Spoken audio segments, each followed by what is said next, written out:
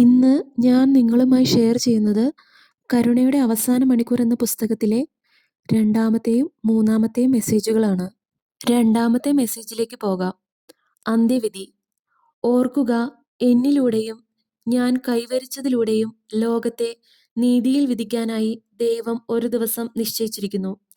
അതുകൊണ്ട് അന്ത്യവിധിയിൽ നിങ്ങൾ എല്ലാറ്റിനും കണക്ക് കൊടുക്കേണ്ടി വരും. ആദ്യം മുതൽ തന്നെ പറയപ്പെട്ടിട്ടുണ്ടല്ലോ, ഓരോ മനുഷ്യനും തൻ്റെ മരണത്തിനു ശേഷം ഒരു വിധിയുണ്ട്. അതുകൊണ്ട് ആർക്കും ഒരൊഴികഴിവുമില്ല.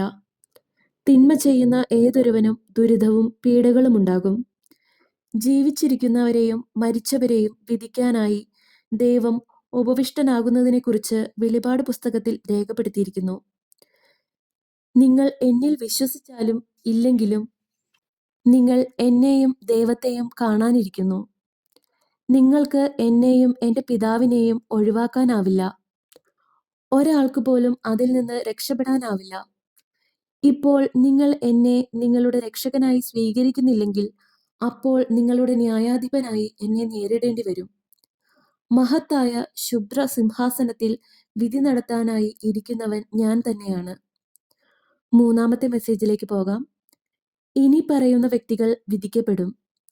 ദൈവത്തെ പരിഹസിക്കുന്ന അനുതപിക്കാത്ത പാപി, സ്വയം നീതിമാന്മാരെന്ന് കരുതുന്നവർ, തങ്ങൾ എല്ലാ കാര്യത്തിലും നല്ലവരാണെന്ന് എപ്പോഴും കരുതുന്നവരാണവർ.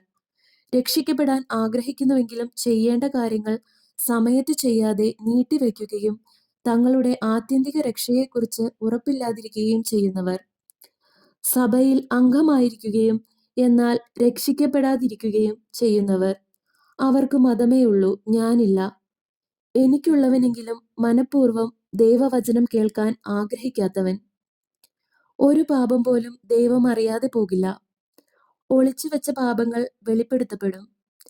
എല്ലാ പാപികളും തങ്ങളുടെ രഹസ്യ പാപങ്ങൾക്ക് കണക്ക് കൊടുക്കേണ്ടി വരികയും ചെയ്യും. ആ ദിവസം അതിൻ്റെ തെളിവും മറുവാദവും ന്യായാസനത്തിൽ നിന്നുള്ള വിധിയും നിങ്ങൾക്ക് നൽകപ്പെടും. ആരുടെയൊക്കെ ജീവിതത്തിൽ ഞാനില്ലയോ, ആരൊക്കെ ദൈവത്തോട് വിശ്വസ്തത പുലർത്താതിരിക്കുന്നുവോ, അവരെല്ലാം നരകത്തിലായിരിക്കും.